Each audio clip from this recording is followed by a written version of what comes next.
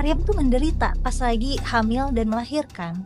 Jadi mungkin kalau ada pihak yang bisa aku salahkan itu Tuhan. Kalau misalnya teman-teman adalah sudah sumbunya udah pendek banget nih, udah hampir meleduk nonton ini, coba cooling down dulu gitu ya, dan dengarkan dulu gitu ya apa penjelasan Mela. Dan menurut aku dikasih mukjizat hamil dalam keadaan perawan, itu kan kita hamil dalam keadaan nggak siap gitu. Aku mikir kalau aku tiba-tiba hamil secara ajaib gitu, terus Tuhan bilang itu adalah kuasa Tuhan, itu adalah mukjizat Tuhan, aku marah sama Tuhan. Dan Mela nyebutin tentang satu fakta yang bikin gue kaget banget, teman-teman. Tahu nggak apa itu? Bahwa dalam narasi Islam tidak ada ceritanya Maryam punya suami. Jadi misi aku yang tadinya mencoba memahami mukjizat Maria dengan kayak menyalahkan Tuhan di situ. Jadinya aku ganti misinya, aku mencari pelakunya. Iya, wajar. Tersangka utama tentu saja si malaikat. Tapi Maryam tuh nggak punya teman. Di dalam cerita Islam Kan nggak pernah keluar rumah. introvert. Kalau bayi Yesus bicara nggak? Enggak. Oh enggak. Karena itu adalah catatan apokrifa. Kita orang Kristen menolak kisah-kisah itu, meskipun kisah-kisah itu Mel bombastik. Berarti sebenarnya secara historis harusnya orang Kristen banyak berantemnya sama orang Yahudi ya nggak sih, bukan sama orang Islam?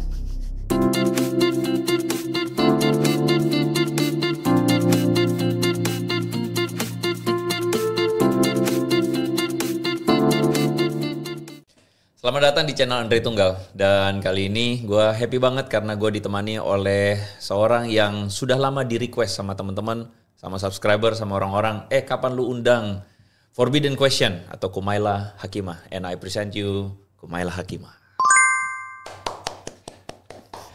Makasih Mbak Mela sudah datang di channel ini. Makasih kok Andre udah ngundang aku. Senang banget ya. Kenapa gue suka Kumaila Hakimah? Karena sebenarnya waktu sebelum gue ngajak ketemu, gue waktu itu kayak keluar di YouTube ya. Ih, siapa nih gitu ya. Waktu itu gue agak lupa kok temanya apa, tapi waktu dengar apa yang jadi penjelasan lu, gue jadi pikir, wow, keren banget ya. Kok ada orang, lepas hijab. Oh iya. Lepas hijab. Dan itu kayaknya dibicarakan oleh waktu gua deep down di konten lu, terus kemudian cukup dibicarakan dan mungkin jadi pertanyaan banyak orang juga ya tentang beragama, bahwa kenapa sih Kumaila sampai benar-benar bikin konten itu. Itu jadi satu hal yang gue pikir, gue pengen ketemu nih sama Mela, yang kemudian gue panggilnya Mela sekarang karena dipanggilnya biasa Mela gitu ya. Nah teman-teman, ini kita nggak bicarain tentang masalah lepas hijab karena ya itu pilihan tiap orang ya. Kita akan bicarakan tentang satu tuduhan dari seorang dari pihak-pihak tertentu yang gue rasa gue akan ambil salah satunya, yaitu seorang YouTuber bernama Maisha Al-Fatih ya. Sekali lagi kita tidak menganggap Maisha Al-Fatih karena berseberangan berarti musuh kita. Sama sekali tidak. Tetapi dia ini kemudian memberikan sebuah narasi, kalau teman-teman ikut konten yang sebelumnya ya, gue udah munculin di situ bahwa dia ini memberikan narasi bahwa Kumaila ini menyerang kekristenan.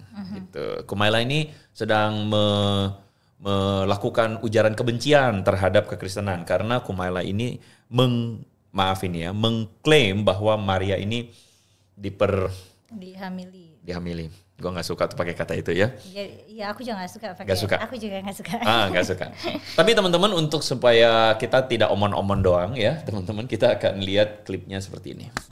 Tapi kalau memang ini ada, ini soalnya sedih, soalnya ada catatan apokrifa. Catatan apokrifa itu kayak catatan Latin sih sebenarnya, yang menyebutkan Ibu Maryam itu mungkin hamil pada usia 14 tahun. Oke. Kalau benar itu kejadiannya itu mah dimanipulasi ya nggak sih, atau diperkosa gitu. Atau kalau kejadiannya bukan oleh malaikat ya bisa jadi itu fabrikasi cerita oleh keluarganya. Karena kan keluarga nabi-nabi.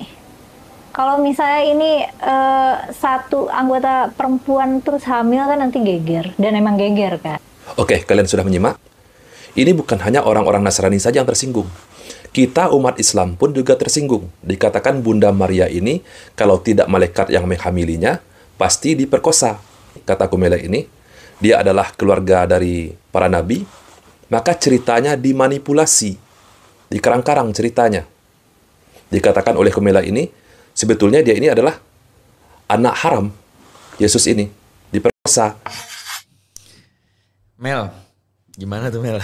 Ini banyak banget ya yang harus di-unpack, kayak kesenjangan pengetahuan itu aku ngerasa banyak, jadi penjelasannya harus banyak, nggak apa-apa. Sebelum kita ini, gue mengantisipasi ada beberapa teman-teman yang nonton konten ini tapi belum nonton sebelumnya. Oke. Dan kita harus clearkan bahwa ketika Mela mengeluarkan narasi-narasi ini adalah narasi orang bertanya. Yeah. Bukan narasi orang yang mengklaim bahwa ini ya tuh itu konklusif tadi. Gitu.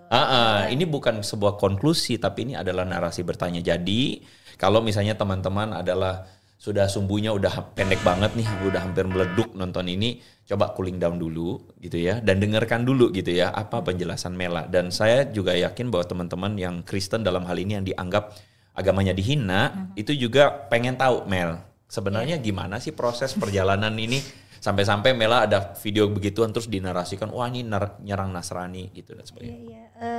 Lagi-lagi pertanyaan-pertanyaan aku tentang Maryam itu bukan berdasar pada aku ingin menuduh dia tidak suci ya, tapi lebih ke aku tuh justru bersimpati sangat banyak gitu. Cerita-cerita Maryam di Quran itu melekat sama aku, karena aku kasihan. Maryam tuh menderita pas lagi hamil dan melahirkan. Jadi mungkin kalau ada pihak yang bisa aku salahkan itu Tuhan. Karena gini, mukjizat itu kan hal yang keren. Sekali lagi, tolong pahami narasi Mela sebagai sebuah proses berpikir, bertanya. Ya, jangan ini dipotong. Kumaila menyalahkan Tuhan karena Maria menderita gitu ya. Jangan begitu ya. Oke, lanjutkan. Jadi aku berusaha making sense bahwa ini hal yang memang suci dan mujizat gini loh. Ini prosesnya kan sebenarnya sebelumnya tuh bertahap. Sebelumnya iya, Melanie ngomong nih, dia tuh waktu kecil bertanya-tanya tuh kan, banyak bertanya-tanya, dan ini kan sebenarnya pertanyaan normal banget. Anak kecil bertanya-tanya, kok begini dan kok begitu. Jadi pertanyaanku tentang Ibu Maryam, seiring usiaku bertumbuh, pertanyaannya berkembang.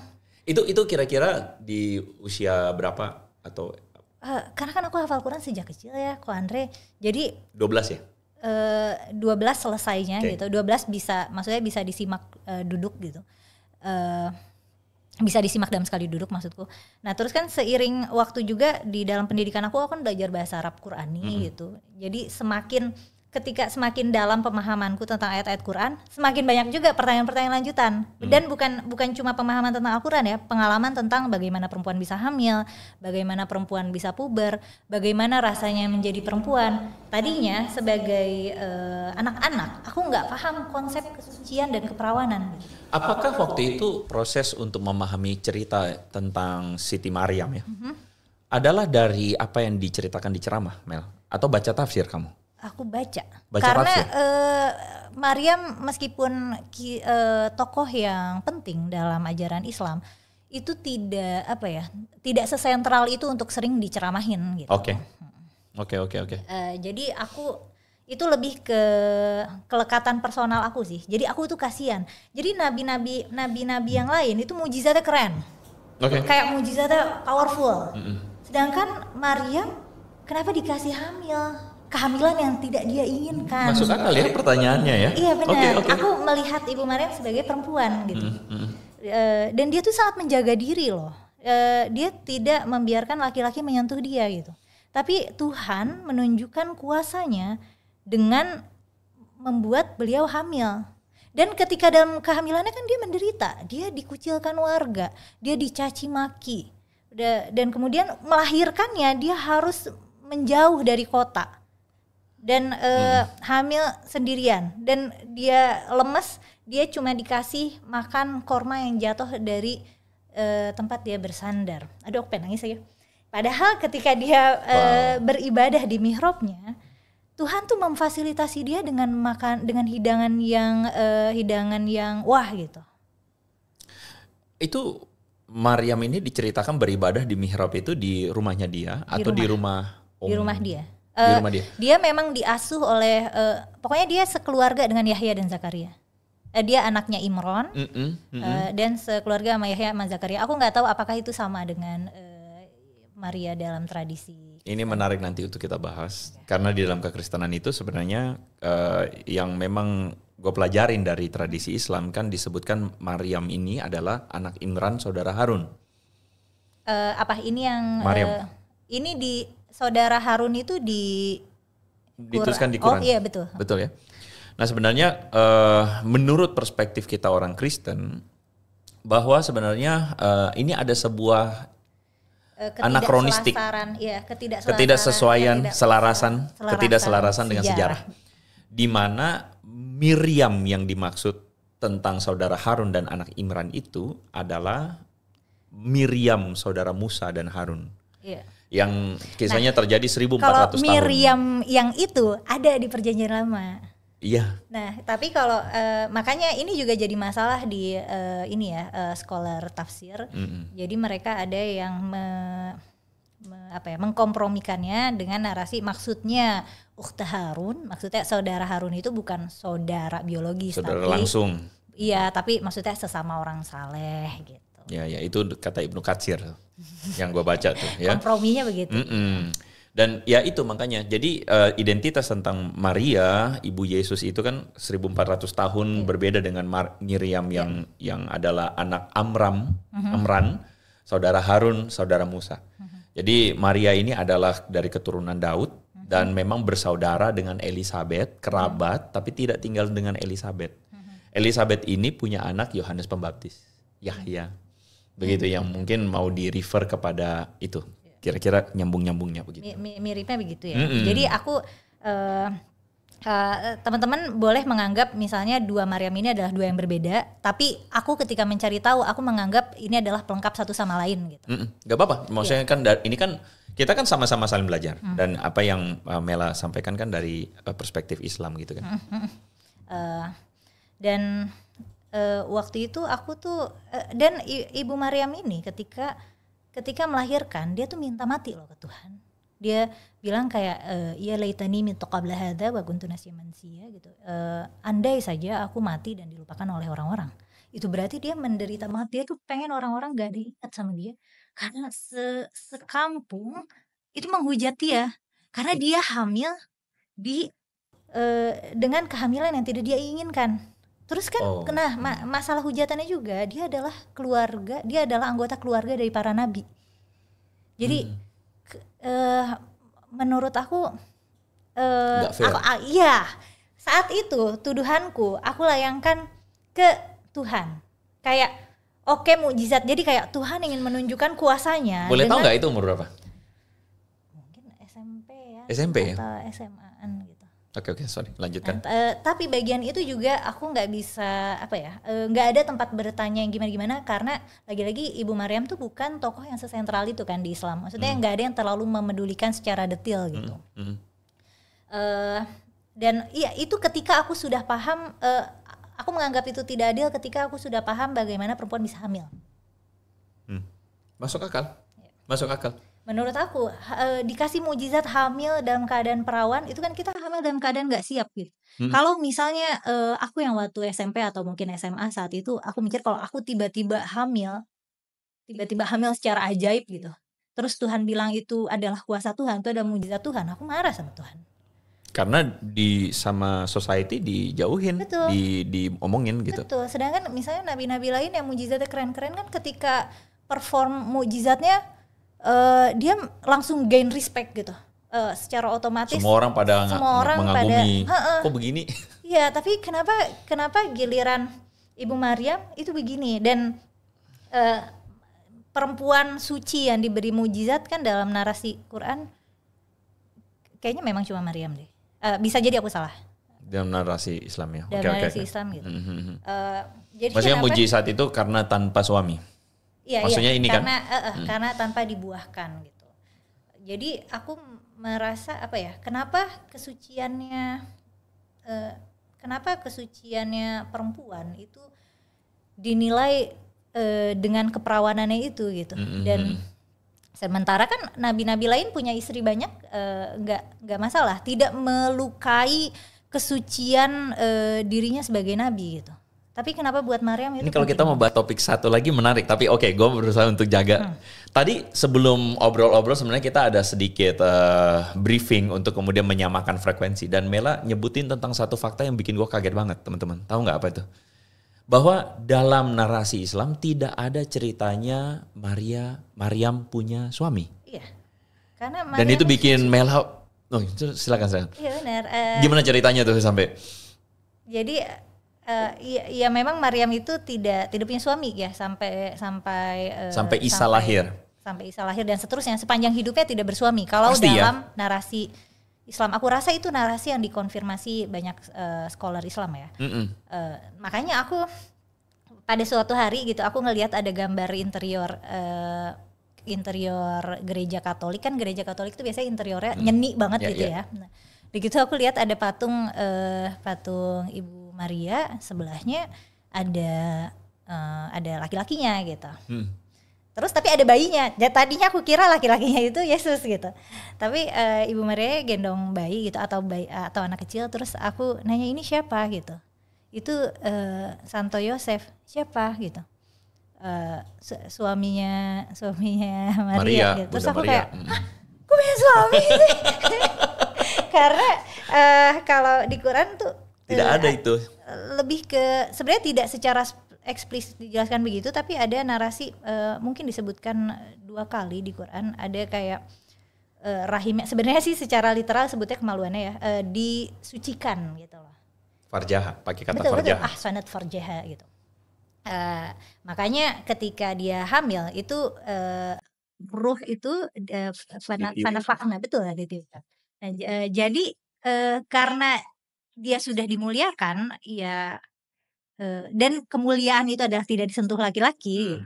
Jadi ya aku mikir nggak ada laki-laki yang menyentuh Maryam selama hidup. Nanti kita elaborasi itu ya, itu cukup menarik. Tapi gue pengen tahu perspektif Mela aja. Tapi poinnya adalah jadi dari segala kebingungan pertanyaan seorang yang kemudian mencoba untuk mengkonfirmasi apa yang dipelajari, dibaca, diimani oleh naskah-naskah teks kitab suci itu bikin Mela akhirnya jadi bertanya-tanya tentang segala-segala itu dong. Benar. Gitu kan? Tadinya kan tentu yang aku salahkan, oke, mungkin ini kelewat batas, tapi ini yang proses aku salahkan, sekali lagi. Yang aku salahkan adalah Tuhan gitu. Kenapa kalau mau menunjukkan kekuasaannya, kenapa harus mengorbankan Maryam untuk menderita gitu? Kenapa harus ada tumbalnya gitu?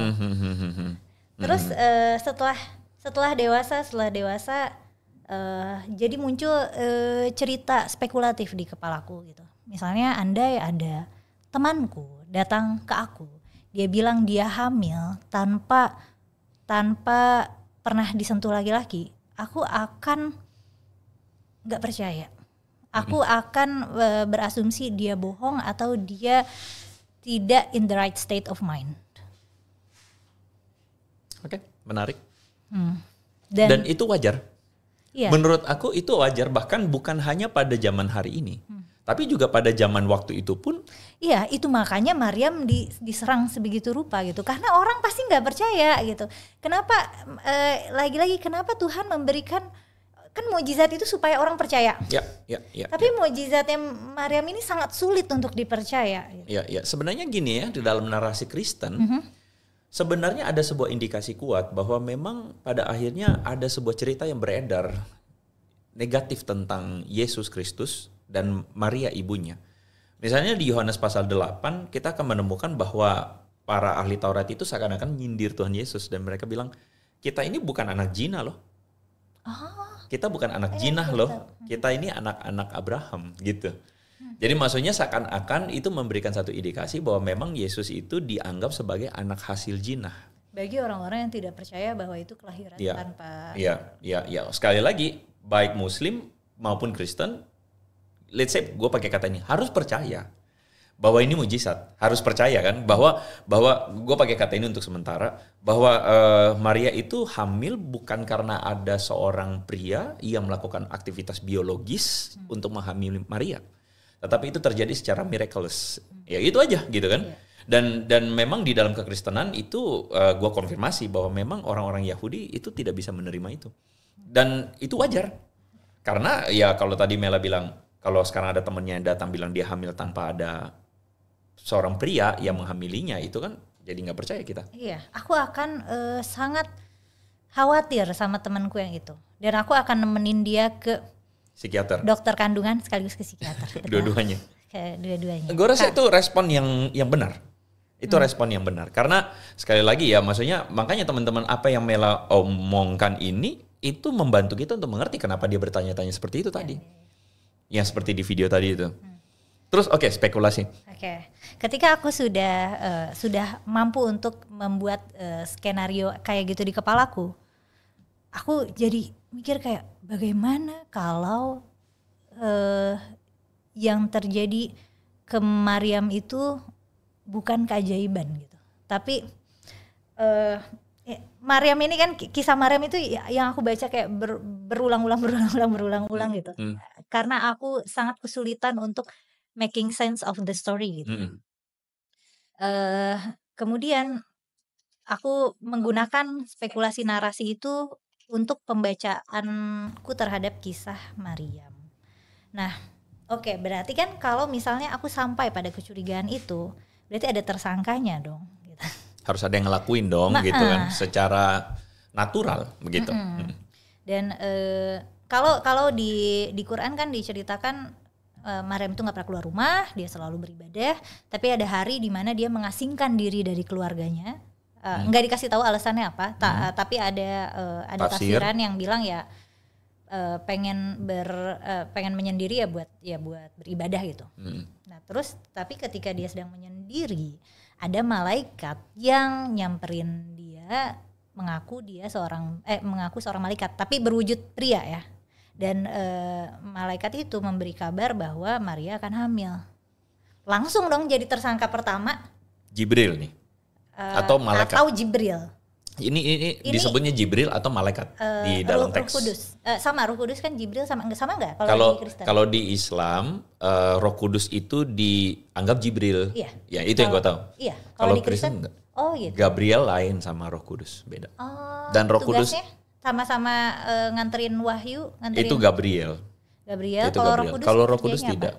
Roh Kudus itu adalah pribadi ketiga dalam kepercayaan Kristen, itu pribadi ketiga dari Trinitas yang hadir di dalam diri setiap orang percaya. Gitu. Karena orang Kristen percaya bahwa kemampuan kita untuk beriman, percaya itu adalah karya Roh Kudus. Jadi kita bisa satu frekuensi sama Bapa, sama Yesus itu karena Roh Kudus gitu. Jadi itu lain, bukan malaikat. Tapi Muslim yang gua tahu adalah menyamakan Roh Kudus sama Jibril gitu. Di Quran Rohul Kudus dan Jibril ini interchangeable.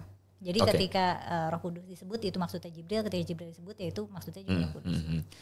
Jadi curiga. Betul. Ketika aku sudah sampai pada aku bisa membangun narasi fiktif itu di kepalaku, aku mencoba mengabstraksinya ke kisah Maryam.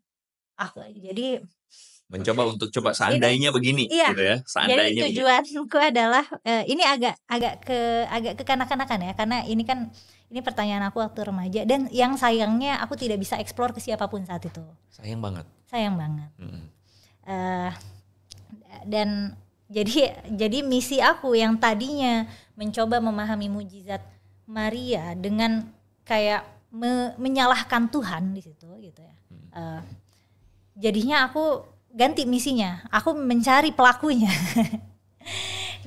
Iya, wajar. Tersangka utama tentu saja si malaikat ini, karena dia nyamperin Maria ketika Maria sendirian dan jauh dari keluarganya.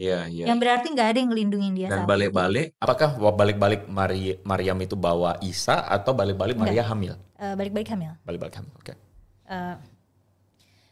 Terus aku membayangkan, aku mohon maaf sekali lagi, bukan aku mohon maaf yang banyak kalau ini adalah spekulasi cerita yang kubuat dan ini nggak sopan ya. Aku juga sadar ini nggak sopan. Ketika pulang ke rumah, terus dia bilang keluarganya dia ketemu laki-laki yang ngabarin hamil. Oke lah, keluarganya keluarga Nabi. Tapi mereka juga pasti, aku nggak tahu sih saat itu tuh hukum rajam atau hukum cambuk udah berlaku. Rajam. Hukum rajam udah berlaku. Nah, dan jika hukum rajam sudah berlaku,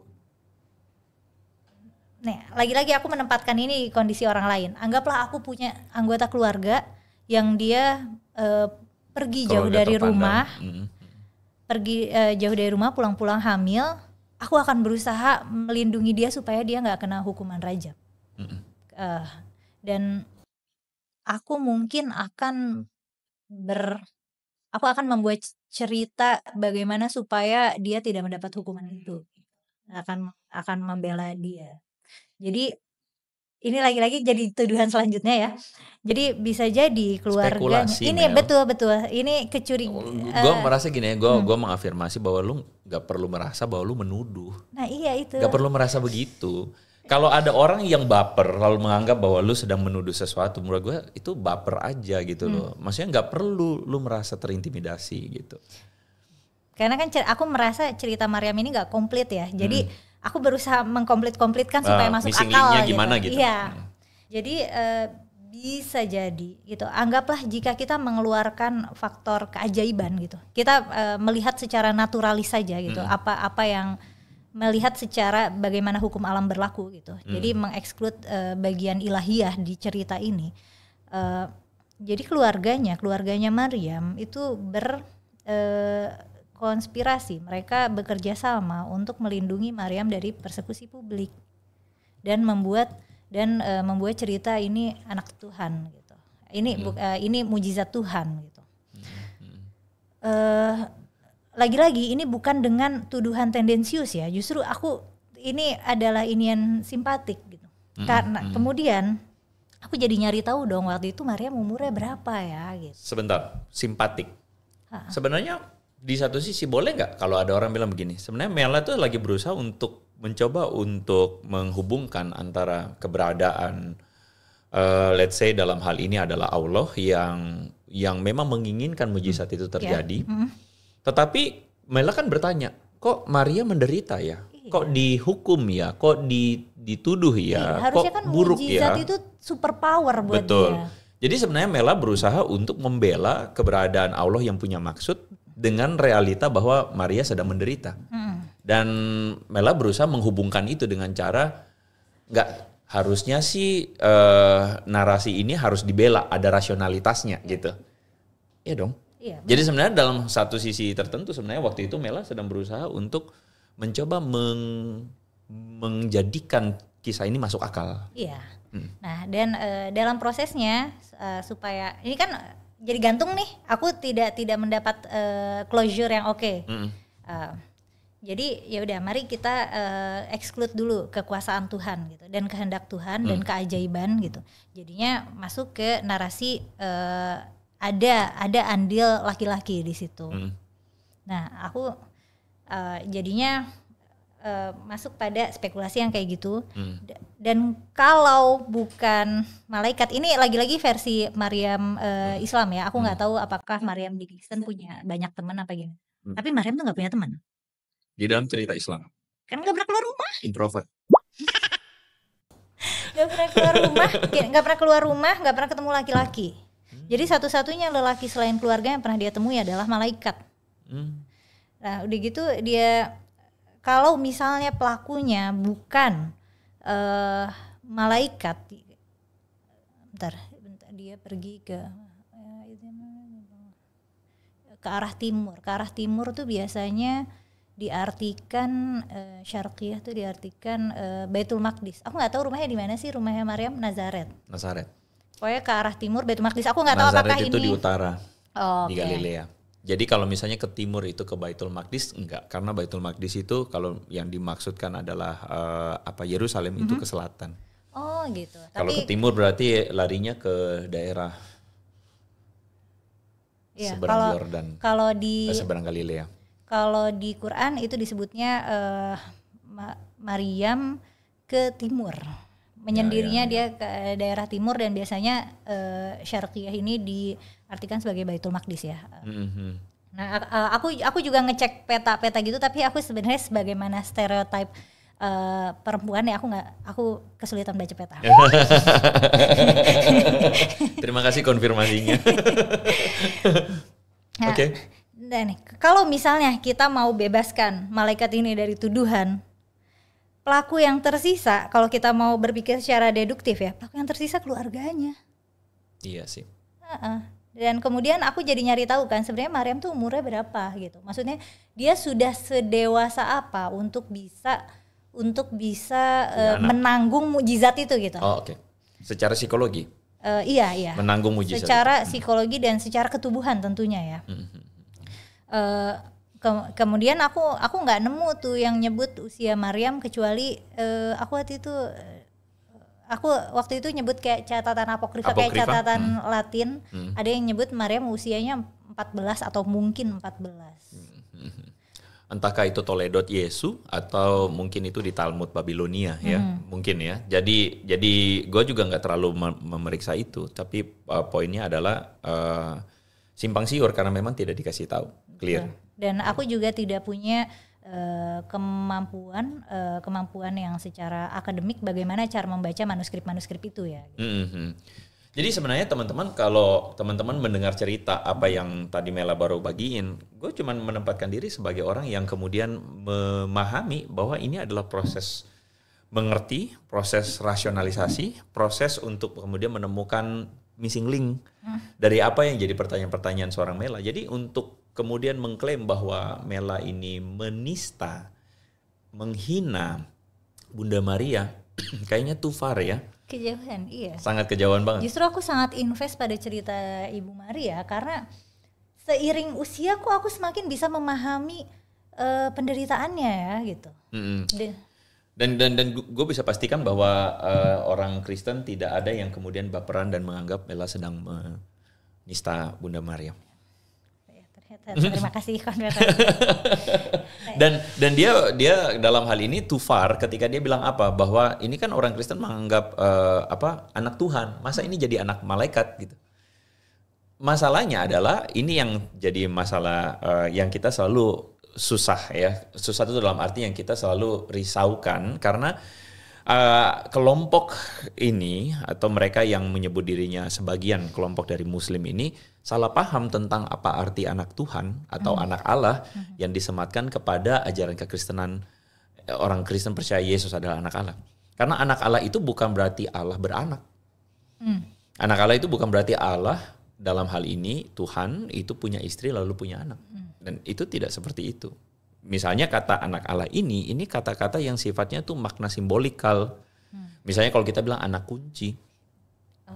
Anak kunci bukan berarti kunci punya istri lalu kunci punya anak. Seperti anak tangga. Tangga punya istri lalu tangga punya anak. Oke, tapi aku bisa paham kenapa mereka salah paham ya. Karena di Quran juga penegasannya gitu. Kepada, maksudnya ada ayat yang bilang kayak orang-orang Nasrani itu salah paham ngira Isa itu anak Tuhan, dan disebutnya tuh Isa anak Tuhan. Terus kayak di ayat lain tuh bilang yang namanya Tuhan tuh lam yalid walam yulad gitu, nggak bisa beranak dan nggak dilahirkan gitu. Aku paham salah pahamnya tuh karena memang di Quran tuh dinarasikannya dengan literal. Ya. Dan memang orang Kristen tidak pernah percaya bahwa Tuhan punya istri gitu. Dan itu yang kemudian menjadi satu hal yang gap ya. Gue rasa selama ini kayak maksudnya kayak kalau kita ibaratkan sekarang komunikasinya nggak pernah bisa lancar. Benar. Karena orang Islamnya mencoba memahami Kristen tapi referensinya Quran. Ya. Padahal harusnya kalau mereka mau memahami konsep Trinitas kekristenan secara teologis harusnya belajarnya dari referensi kekristenan. Yep. Exactly. Kita lihat video berikutnya ya. Oh ada lagi. Oh iya, Terakhir. menariknya cerita Ibu Maryam tuh cuma ada di Perjanjian Baru, nggak ada di Perjanjian Perjanjian Lama. Baru. Jadi padahal nih kan Maryam tinggal di Yerusalem.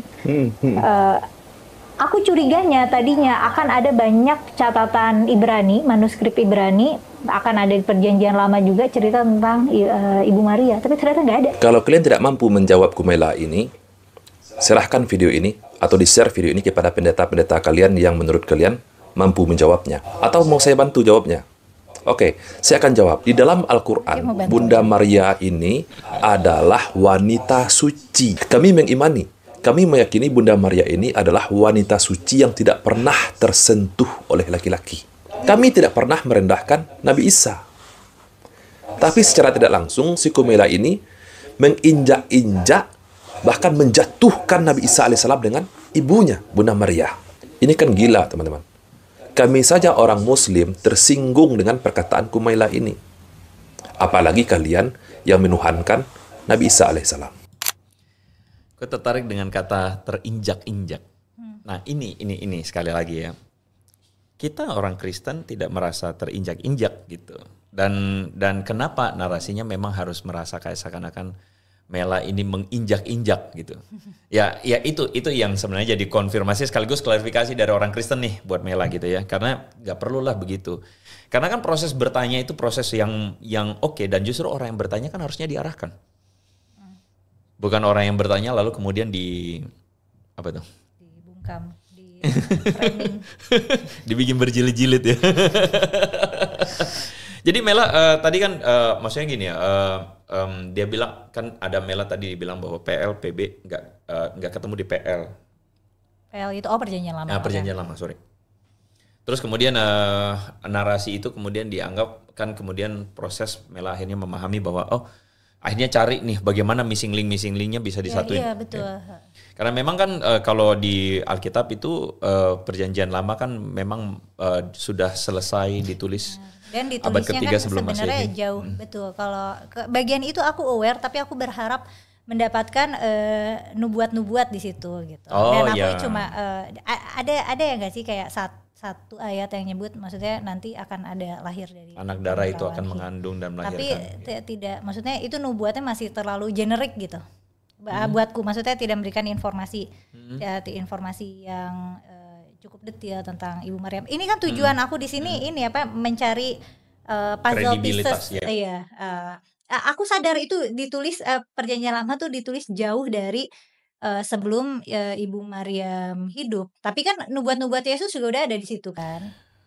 Mela jangan khawatir ya kalau misalnya ngomong sama gue dalam arti jangan jaga-jaga bicara, maksudnya ini kok kayaknya nanti menista Kristen ya, nggak apa-apa. Lu ada perspektif skeptis nggak masalah gitu. Karena waktu bilang bahwa ini kayaknya nggak spesifik menuju kepada Maria tentang nubuat-nubuat itu. Sebenarnya to be honest, gue juga berpendapat bahwa adalah hak orang untuk kemudian menganggap bahwa iya itu lu sambung-sambungin aja ke Yesus kan gitu kan ya. Soal masalah, maksudnya lu sambung-sambungin ke Maria. Karena kehamilan anak darah ini dan sebagainya. Gue paham kalau ada orang bisa sampai ngomong gitu. Nah, terus ya udah barangkali catatan Ibrani lain gitu kan, catatan Ibrani ada banyak. Dan kehamilan Ibu Maryam ini kan adalah sesuatu yang sangat luar biasa gitu. Jadi mungkin kalau sekarang masuk infotainment nih kayak skandal di Baitul Maqdis gitu loh. Ini di keluarga Nabi. Pasti kan heboh banget saat itu gitu. Jadi aku berharap ada sumber-sumber sekunder lainnya. Ini karena aku menganggap Quran itu sumber primer ya. Gitu. Aku berharap ada sumber-sumber sekunder lainnya buat aku bantu making sense of ceritanya Maryam. Tapi ya aku nggak nemu. Jadi harus jadi kayak thinking prosesnya apa boleh buat harus berhenti gitu. Nggak bisa konklusif. Nggak bisa gitu. Oke. Menarik tadi keluarga Nabi. Karena memang narasi Islamnya keluarga Nabi. Kan Yahya, Zakaria, disebut mereka Nabi semua, ya. Iya, Maryam kan anggota keluarga dari para nabi. Kalau dalam narasi Kristen tidak disebut Nabi. Karena dalam arti misalnya Zakaria atau apa orang yang predikat Nabi, memang Yohanes Pembaptis bisa dibilang Nabi. Tetapi kita tidak menganggap itu sebagai sebuah keluarga Nabi karena memang Maria. Yohanes Pembaptis itu Yahya. Yahya. Oke. Jadi Yohanes Pembaptis itu berkerabat karena Elisabetnya kerabatnya Maria. Elisabet itu mama dari Yahya nih. Ada padanannya gak sih Elisabet dengan padanan figur Islam? Nggak tahu ya? Kayaknya tidak. Oke. Kayaknya tidak. Sakaria itu nama itu ada nggak? Sakaria ada kan? Sakaria itu kan papanya Yohanes. Karena emang aku nggak dengar ada kerabat perempuan sih kalau misalnya. Tapi sebenarnya nggak ada. Jadi tidak ini. Jadi sebenarnya kita tidak menganggap Maria ini berasal dari keluarga Nabi kalau dari Kristen. Okay. Maria ini adalah keturunan Daud karena ada ini Toledotnya, itu silsilahnya, dan itu digambarkan, dan Maria dikatakan berrelasi dengan Elisabet, which is Elisabet menikah dengan Sakaria dan anaknya Yohanes Pembaptis. Tapi lebih daripada itu, Maria memang tidak tinggal di rumahnya Sakaria dan Elisabet. Maria itu ya tinggal di rumahnya sendiri, tidak sendiri, dan tidak diceritakan tentang dia tinggal sendiri atau dengan orang tua, tapi cukup sah untuk menyebutkan bahwa memang Maria tinggal bersama orang tuanya. Tapi orang tuanya meninggal waktu dia kecil? Tidak diceritakan. Okay. Dan memang orang Kristen itu pada akhirnya kan cuma memahami cerita Maria bukan sebagai inti dari ini. Sebenarnya bukan inti dari berita kekristenan. Dan memang kalau kita baca dalam keempat kitab Injil, Matius, Markus, Lukas, Yohanes, yang menceritakan tentang Maria itu cuma 2 kitab, Lukas dan Matius. Dan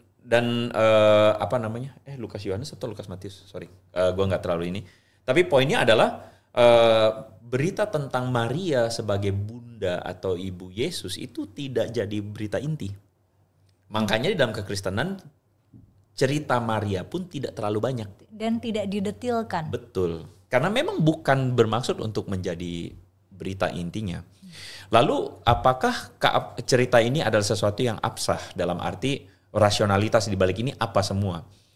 Well, kita harus memahami bahwa Maria ini adalah seorang yang kemudian dipilih karena dia mengandung Yesus Kristus. Dan orang Kristen memahami tidak di dalam cerita yang sedetil disebutkan di dalam Quran, misalnya dalam surah 2191 itu. Ya kan, bahwa ada ruh yang ditiupkan dalam pada farjahanya itu. Kayaknya nggak perlu kita bahas begitu. Orang Kristen tidak memahaminya secara detail begitu karena cuman mengandung karena Roh Kudus. Okay. Jadi peristiwa mujizat itu tidak harus digambarkan dalam peristiwa biologis. Kalau percakapan Maria dengan malaikat ada nggak? Dengan Roh Kudus? Percakapannya malaikat, bukan Roh Kudus. Oh oke. Percakapannya sama malaikat gimana? Jadi Gabriel bilang bahwa engkau akan mengandung dan akan melahirkan seorang anak dan engkau akan menamainya Immanuel, ya, menamainya Yesus. Dan singkat cerita bahwa ini adalah sebuah pemilihan Tuhan. Lalu kemudian Maria bilang, respon Maria adalah terjadilah padaku, aku hambamu. Begitu. Okay. Jadi nggak ada resistensi gini. Aku kan nggak pernah disentuh laki-laki, mana bisa aku hamil? Betul, ada. Ada resistensi itu, bukan resistensi, tapi Maria cuma mempertanyakan secara rasional dia. Aku belum bersuami. Aku belum punya seorang Yusuf, karena diceritakan dengan detail bahwa Yusuf itu bertunangan. Oh iya, bentar. Berarti pas lagi Ibu Maria hamil, apakah saat itu dia dalam marital statusnya bertunangan? Oh oke. Bertunangan belum menikah, gitu. Bertunangan dalam konteks budaya Yahudi waktu itu adalah kan orang pada zaman itu mereka tuh tidak ada ceritanya kayak gue ngekeras nih sama dia, gue deketin PDKT, nggak ada. Jadi pada zaman itu memang orang tua saling menikahkan anaknya. Dan Yusuf dan Maria ini ada pada satu kerabat keluarga Daud. Dan memang mereka most likely memang sudah diinikan sama orang tuanya. Dan memang mereka belum tinggal bersama sebagai suami istri. Dan Maria mempertanyakan itu. Tapi oke, berarti tuduhan kalau misalnya Maria di Kristen tuh tuduhannya tuh perselingkuhan jadinya ya? Wajarnya begitu. Dia Yahudi kan, di kalangan orang Yahudi. Iya. Wajarnya begitu. Wajarnya kan adalah ya kalau belum menikah terus apa lagi? Berzina toh? Iya, enggak, tapi dia udah punya tunangan gitu. Dan Yusuf diceritakan mau menceraikan Maria diam-diam. Kenapa diam-diam? Gimana caranya diam-diam dalam arti maksudnya tidak jadi karena Yusuf pun pasti, ini gue bilang bisa dibilang pasti karena Yusuf kan gak pernah sentuh Maria. Iya. Kok tahu-tahu hamil? Nah makanya Gabriel menampakkan diri kepada Yusuf juga. Bahwa kamu jangan ceraikan dia. Karena memang kehamilannya dari Tuhan. Nah, kalau narasi itu kan baik. Jibril muncul juga di depan apa namanya, di Yusuf. depan tunangannya gitu. Jadi ada yang mengkonfirmasi Maria tentang kehamilannya gitu. Kalau Maryam di Islam kan dia sendirian. Dia baru mendapatkan juru bicara itu ketika bayi Nabi Isa bicara. Ngomong di buayannya. Tapi itu dia sudah melalui rangkaian panjang. penderitaan yang panjang gitu. Hamil kan lama ya dan berat ya. Apalagi kalau misalnya dia masih remaja perempuan, itu menurut aku nggak tahu, aku tidak bisa membayangkan deritanya. Tapi dia baru dapat jubir setelah melahirkan. We can feel you, Mela. We can feel you. Tapi kalau bayi Yesus bicara nggak? Enggak. Oh enggak. Karena itu adalah catatan apokrifa. Catatan apokrifa itu adalah catatan, jadi ada Syriac Infancy Gospel, yaitu sebuah cerita folklore yang memang bukan merupakan bagian dari Perjanjian Baru. Itu ditulis pada abad kedua, abad ketiga. Jadi jadi kitabnya orang Kristen itu kan Perjanjian Baru tuh, Matius sampai Wahyu. Itu tuh selesai ditulis pada abad pertama. Untuk menjaga otentisitas ceritanya. Dan kalau misalnya, jadi ada beberapa kriteria. Yang pertama, waktu penulisan gak boleh lebih dari abad pertama. Karena jaraknya kalau makin tua. Dan kalau misalnya Perjanjian Baru tuh siapa-siapa saja penulisnya tuh jelas ya? Betul. Penulis-penulisnya itu adalah orang dekat Yesus dan misalnya orang dekat dari murid Yesus. Jadi sampai ring 2. Ring 1, ring 2. Gak boleh lebih. Jadi ada beberapa kitab, misalnya kitab Didache pun tidak masuk. Karena penulisnya itu tidak diafirmasi oleh para orang-orang pemimpin-pemimpin jemaat waktu itu. Jadi cerita tentang Yesus Kristus itu di-preserve sebegitu ketatnya. Jadi tidak sembarangan tulisan masuk. Nah, kitab Syriac Infancy Gospel ini dari abad kedua dan penulisnya tidak jelas, makanya tetap digolongkan sebagai apokrifa. Apokrifa itu secara definisi apa sih? Kayak referensi pelengkap gitu ya?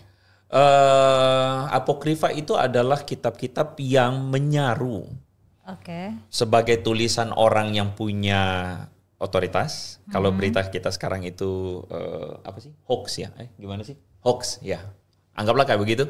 Jadi kan untuk bisa dibaca dia akan pakai ini loh tulisan, misalnya tulisan Yohanes, ini loh tulisan Maria supaya dibaca. Padahal itu bukan tulisan asli. Lagi pula rentang waktunya sudah abad kedua. Jadi mungkin kalau dalam tradisi keilmuan Islam, apokrifa itu setara Israiliyat. Atau riwayat Doif. Lebih itu riwayat Doif. Oke. Sekarang kebayang. Lemah. Lemah sekali, bahkan bisa dibilang palsu. Nah, jadi cerita tentang Yesus yang berbicara waktu kecil, lalu kemudian dia membuat burung dari tanah liat, itu cerita apokrifa. Itu bukan kisah asli. Itu Isa yang aku kenal di Quran kayak gitu. Begitu. Dan itu masuk akal karena ketika dipercaya Quran turun kepada Muhammad itu kan pada abad ke-7. Iya kan? Jadi secara timeline tuh masuk. Ya, secara timelinenya masuk karena udah lewat apokrifa itu kan. Nah, jadi kita orang Kristen menolak kisah-kisah itu, meskipun kisah-kisah itu bombastik, seru banget kan kalau. Dan itu kan mengkonfirmasi, maksudnya orang Kristen kan percaya Tuhan Yesus itu bisa membangkitkan orang mati gitu ya. Kalau misalnya ada tambahan super power nih, bisa ngomong waktu bayi, bisa menghidupkan burung. Itu lebih enak lagi kan, lebih enak dijual. Tapi kita tidak terima itu. Kenapa? Karena memang ada sebuah budaya kultur di kalangan bapak-bapak gereja untuk memelihara ini sah atau tidak. Kalau enggak ya jangan gitu. Oke. Tapi aku perlu nanya ini. Jadi turnnya, orang kan tadinya menghujat Maria nih. Tapi setelah Maria pulang membawa bayi Isa dan Isa bersaksi untuk ibunya, baru kan warga tuh percaya. Dan gak jahat lagi sama Maryam. Nah, kalau misalnya di kisah orang Kristen, upturn-nya di mana? Ketika masyarakat sudah simpati sama Maria, itu twistnya di mana? Tidak ada cerita bahwa warga mau simpati atau tidak. Karena ceritanya sesimpel bahwa Yesus lahir dan sekali lagi ingat itu bukan berita utama. Karena yang berita utamanya itu adalah Yesusnya sendiri. Dan kelahirannya yang disebut sebagai mujizat, ya, kelahiran yang sifatnya supranatural karena memang dia tidak berbapa. Meskipun Maria pada akhirnya kan menikah dengan Yusuf. Dan Yesus punya adik-adik yang, karena Maria sama Yusuf punya anak setelah itu. Okay. Yesus punya adik-adik. Tapi Yesus itu ditegaskan bahwa dia tidak berbapa Yusuf. Oh iya. Gitu ya. Jadi dia kelahiran oleh Roh Kudus. Sekali lagi Roh Kudus beda sama Jibril. Oke. Dianggap Roh Kudus itu sebagai pribadi yang kemudian membuat Maria hamil, bukan dalam konteks biologis. Iya. Ya kan? Nah, karena memang itu bukan berita utama, jadi keberadaan Maria yang kemudian di-turn menjadi Maria kemudian disukai sama orang-orang itu memang nggak ada. Dan tidak diceritakan. Tapi ketika Maria hamil, apakah dia dicaci maki dan dihujat warga? Most likely iya. Karena kan orang tidak akan mungkin percaya begitu saja. Iya. Dan keberadaan dan yang gue percaya bahwa Maria itu diceritakan bahkan sampai kepada penyalipan Yesus. Maria ibu Yesus turut berada bersama-sama dengan Yesus ketika disalibkan. Sebagai orang-orang yang mengiringi gitu kan ya. Dan Maria ada, dan pada waktu Yesus disalibkan, Yesus bilang kepada murid-muridnya bahwa ini ibumu. Oh, oke. Ketika dia akan menyerahkan nyawanya, dia menunjukkan kasihnya kepada ibunya dengan mengatakan ini ibumu. Artinya most likely memang waktu itu Yusuf sudah meninggal karena tidak diceritakan lagi, dan waktu itu dalam bagian lain dikatakan Yesus anak Maria, tidak disebutkan anak Yusuf. Ya, dan karena Yesus sudah meninggal, dan siapa yang akan tanggung Maria? Ya, Yesus berpesan pada murid-muridnya untuk menjaga Maria. Nah, jadi kisah tentang Maria itu mungkin buat sebagian kultur yang lain dianggap Bunda Maria itu sakral, karena itu kan kultur dari Katolik ya. Bukan bagian kita untuk membicarakan itu, tapi poinnya adalah keberadaan Maria ini sendiri tidak menjadi center dari cerita apa yang ada di Injil, gitu kira-kira. Jadi kalau misalnya twist cerita di Quran, Maryam dimusuhi masyarakat di situ, terus akhirnya Tuhan menurunkan wahyunya lewat Nabi Isa, akhirnya orang-orang jadi menghormati Maria kembali. Kalau di situ tidak menjadi fokus cerita tentang bagaimana dinamika penerimaan masyarakat terhadap Maria ya. Bahkan sebenarnya penerimaan masyarakat terhadap Yesus pun kan on off. On off itu karena Yesus melakukan mujizat. Orang-orang ikut, dikasih makan. 5.000 peristiwa memecahkan roti, 5.000 orang makan. Tapi setelah itu Yesus men-challenge orang-orang. Kamu ikut aku karena kamu makan. Kamu ikut aku karena mujizat. Terus Yesus memberikan sebuah berita yang keras sekali. Dia bilang, kalau kamu mau mengikut aku, kamu harus sangkal diri dan pikul salib. Which means, kamu harus siap menderita. Karena namaku, kamu menderita nanti. Aku masih nggak paham kenapa kalau ikut aku menderita. Karena ajaran Yesus, bukankah ajaran yang membebaskan gitu? Ajaran Yesus menentang ajaran agamawi para ahli Taurat dan orang Farisi, pemimpin agama Yahudi pada waktu itu. Orang-orang Yahudi waktu itu tuh menekan orang-orang dengan perintah agama. Harus memelihara hukum Sabat, harus melakukan ini dan itu supaya kamu itu bisa, oke lah, anggaplah kamu tuh soleh gitu. Ya, okay. Kamu harus melakukan ini dan itu, dan Yesus menentang perilaku-perilaku agamawi yang kelihatan di depan, di luarnya aja itu. Yesus seringkali mengkritik mereka, kamu itu seperti kuburan, di luar putih dalamnya tulang. Jadi maksudnya kamu itu munafik, kamu itu melakukan hukum agama tapi kamu tidak melakukannya berdasarkan pertobatan dari dalam diri. Oke, jadi Yesus menentang tradisi lama orang Yahudi gitu ya. Tradisi lama orang Yahudi itu sampai-sampai begini soal hukum Sabat ya. Jadi saking melakukan hukum Sabat itu, mereka tuh bahkan tidak boleh tolong orang pada hari Sabat. Oh. Nggak boleh.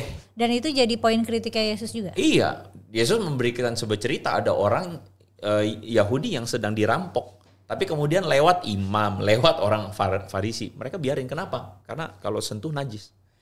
Tapi datanglah orang Samaria yang dianggap musuh bebuyutan orang Yahudi waktu itu. Samaria tuh Israel di atas. 10 suku yang sudah dianggap asimilasi dengan bangsa non-Israel karena kerajaan Asyur invasi. Yesus pakai cerita itu dan dia bilang orang Samaria ini tolong orang Yahudi ini. Lalu Yesus bilang, menurut kamu siapa saudaranya orang Yahudi ini? Siapa saudaranya? Apakah ahli Taurat? Apakah orang Farisi? Tidak. Yang tolong dialah yang jadi saudaranya. Yesus sedang melawan sentimen orang-orang Yahudi yang merasa bahwa Yahudilah yang umat Allah. Non-Yahudi tidak. Kamu itu bukan saudara kami. Dia sedang lawan sentimen itu. Jadi Yesus itu sedang melawan kedegilan hati orang-orang Israel waktu itu yang menekankan hukum agama, hukum sunat dan sebagainya. Nah, itu menjadi satu berita inti kekristenan, yaitu pertobatan itu bukan karena kamu melakukan hukum agama. Bukan karena kamu memelihara sabat, bukan karena kamu apa, tapi pertobatan itu dari dalam hati. Yang Yesus munculkan sebagai itu akulah jalan. Jadi kalau kamu mengikut aku, kamu mengalami pertobatan. Kamu mengalami perubahan hati. Jadi bukan karena kamu tuh dibenarin karena kamu melakukan hukum. Tapi kamu tuh mengalami pertobatan. Pertobatan itulah yang membuat kamu melakukan apa yang jadi keinginan, let's say, anggaplah agama gitu. Berarti sebenarnya secara historis harusnya orang Kristen banyak berantemnya sama orang Yahudi ya nggak sih, bukan sama orang Islam? Benar. Karena ketegangan pertama adalah orang Yahudi lah yang mempersekusi orang Kristen. Ketegangan pertamanya memang begitu. Cuman kan kita di konteks Indonesia malah kebolak-balik tuh. Ya itu kita akan ngomong itu panjang lebar lagi, Mel. Tapi anyway, thank you. Juga. Thank you untuk session yang panjang dan lebar ini. Tapi teman-teman, kesimpulannya adalah saya berharap bahwa video seperti ini membantu kita untuk melihat bahwa pertama, berbeda tidak harus jadi musuh. Mempertanyakan tidak harus menginjak-injak. Karena mempertanyakan bukan berarti sedang menghina. Dan yang ketiga tentu saja itu pilihan Anda. Kalau Anda mau tetap dengan cara pendekatan demikian, itu pilihan Anda. Kita juga nggak bisa paksa. Tetapi kalau Anda tetap dengan pendekatan demikian, bukankah justru itu malah menghina agama Anda sendiri? Membuat orang berpikir buruk tentang agama Anda, which is itu nggak baik. So semoga konfirmasi atau klarifikasi yang boleh dibagikan di dalam video kali ini, obrolan kami berdua menunjukkan kepada teman-teman semua bahwa kita bisa duduk bersama-sama kok, asal kita mau belajar. Thank you Mela sekali lagi udah hadir di channel ini. Ya, dan thank you. Nanti kita bahas soal misionaris. Tutorial menjadi misionaris. Kita ketemu lagi di konten berikutnya. So make it simple, make it meaningful. God bless you teman-teman.